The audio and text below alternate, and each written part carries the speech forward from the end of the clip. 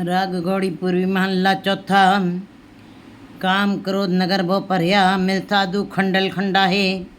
पूरब लिखत लिखे गुरु पाया, मन हरल्यू मंडल मंडा है। कर साधु अंजलि पुन वड्डा है, कर डंडोत पुन वड्डा है। रहो साकत हर रस साध न जान्या, तिन अंतर होम में कंडा है। जू जू चले चुभे दुख पावे, जम काल सह सिर डंडा है।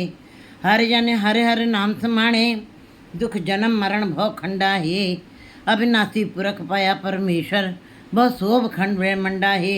हम गरीब मस्कीन प्रभ तेरे, हर राख राख वड वड्डा है।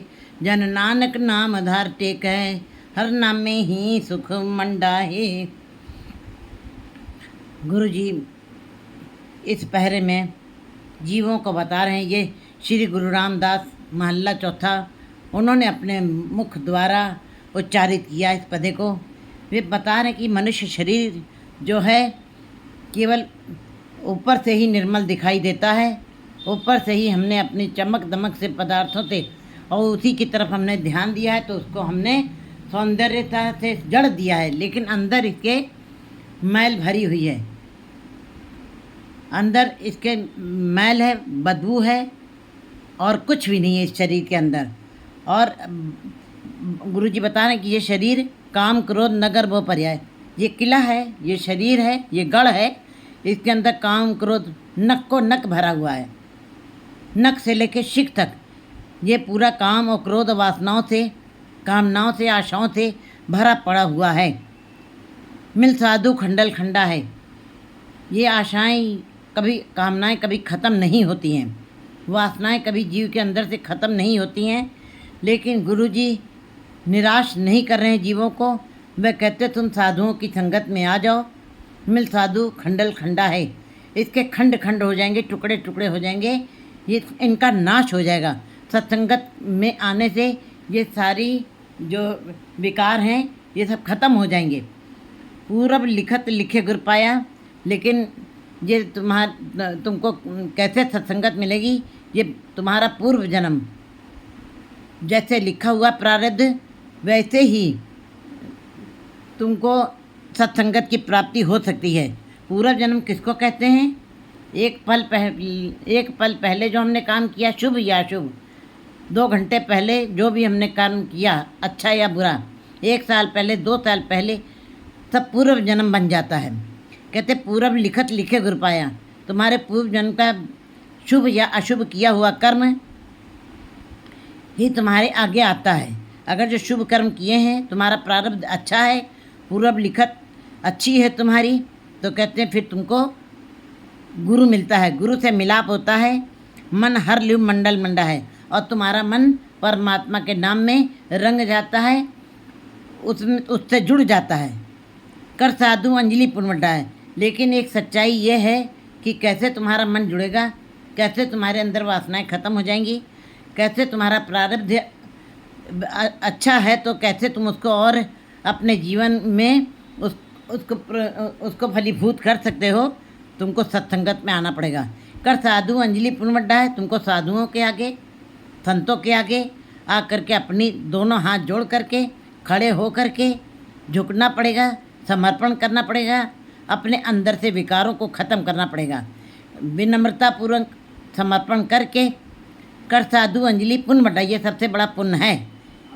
कर दंडोत पुनवड्डा है, और इससे और बड़ी बात यह है कि जो जीव बिल्कुल दंडोत माने पूरे का पूरा झुक जाते हैं, लेट जाते हैं। लेटने का मतलब ये नहीं कि आप उसके समक्ष पूरा शरीर लेट जाना है। लेटने का मतलब है अपने अंदर से विकारों को ख़त्म कर देना, अपने मैं मेरी का को ख़त्म करके, अहंकार के भाव को ख़त्म करके साधुओं के आगे, संतों के आगे, गुरु के आगे तुमको झुकना है।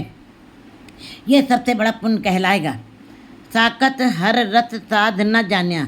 साक्ती जीव किसको कहते हैं? जो मनुष्य जन्म लेते हैं और हरि के साध को कभी चख नहीं पाते हैं। जो साक्ती जीव उन्हीं को कहा गया कि मनुष्य जन्म लेने के पश्चात जो हरि के नाम को याद तक नहीं करते हैं, उन्होंने स्वाद क्या लेना है? जब नज़दीकी नहीं गए, शब्द से जुड़े ही नहीं, उनको क्या मालूम है कि उसका कैसा रस है, कैसा आनंद है, कैसा स्वाद है, वो कितना सुंदर है।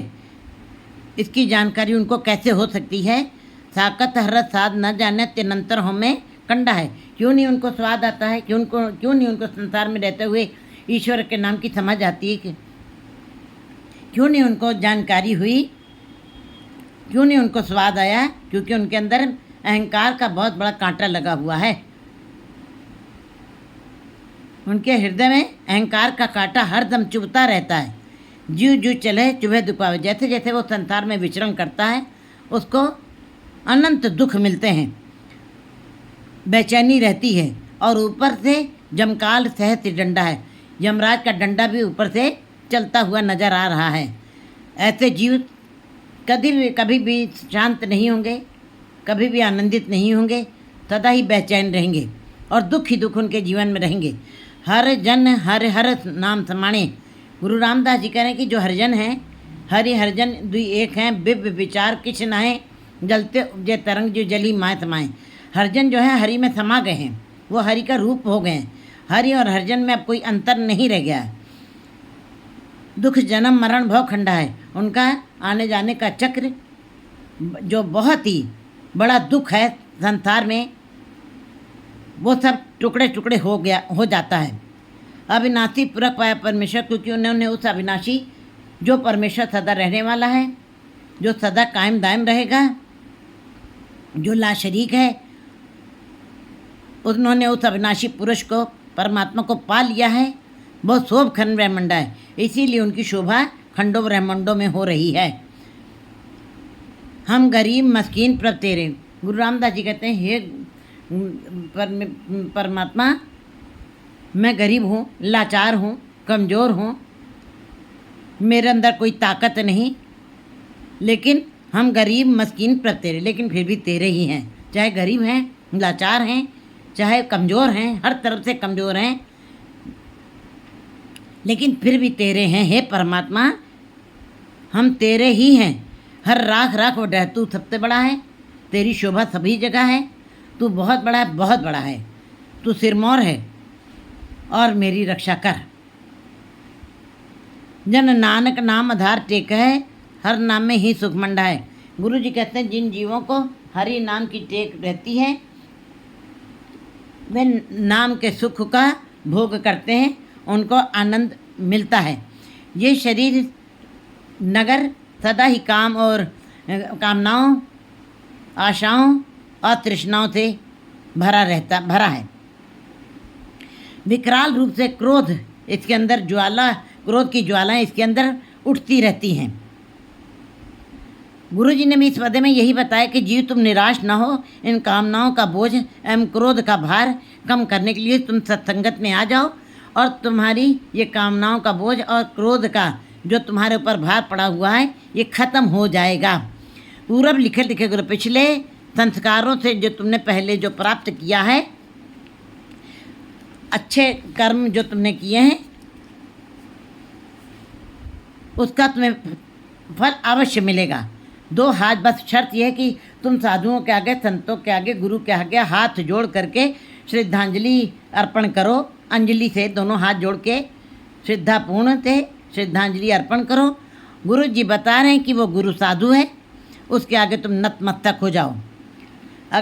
जैसा बीज हम बोते कहते हैं, हमको क्यों दुख मिलते हैं, जीव कहता है कि मैं अपने कर्म की गत मैं क्या जानूँ बाबा रे। हे परमात्मा, मुझको क्या मालूम है कि मैंने कौन से अच्छे या बुरे बीज बोए हैं, मुझको कैसे पता चले कि जीवन में दुख है तो क्यों आया है।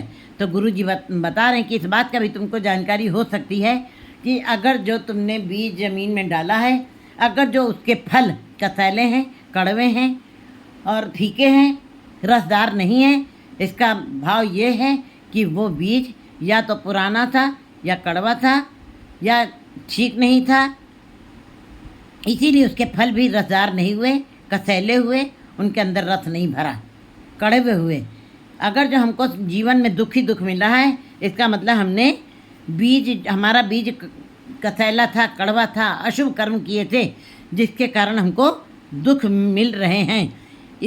ऐसे तुम इस बात से समझ सकते हो कि हमने कौन से कर्म किए, अच्छे या बुरे, इस बात की तुमको जानकारी मिल जाएगी। फिर भी गुरु जी कहते हैं, हे जीव, तुम जान सकते हो, इसलिए आगे तुम्हारे जो प्रारब्ध है, तुम गुरु अगर जो तुम्हें गुरु की संगत मिल जाए और हरि के याद तुम्हारे अंदर चलने लगे, तुम्हारा मन प्रभु से जुड़ जाए, फिर तुम्हारे अंदर परमात्मा के नाम की प्यास पैदा हो जाएगी।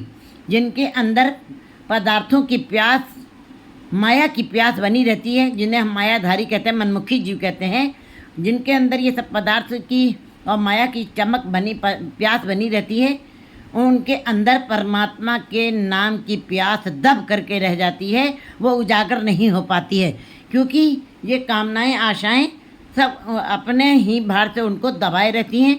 ऐसे जीवों के अंदर परमात्मा का नाम कभी पैदा नहीं हो सकता है।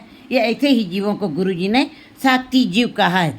लेकिन जिन जीवों के अंदर ये प्यास पैदा हो गई है, वे हरि में समा गए हैं, उनके अंदर से अहंकार का भाव खत्म हो गया है, वे हरि का रूप हो गए हैं अविनाशी, क्योंकि उन्होंने उस अविनाशी पुरख को पा लिया है, जो अविनाशी पुरख है, जिसकी खंडों ब्रह्मंडों में शोभा है।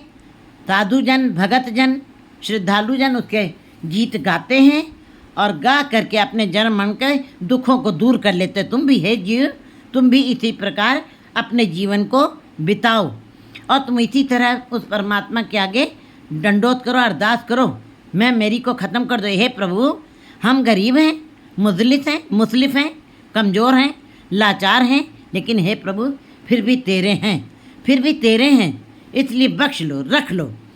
गुरु रामदास जी कहते हैं कि मुझको तुम्हारी ही टेक है, तो तुम्हारा ही आसरा है, तुम्हारे नाम का ही मुझको आसरा है।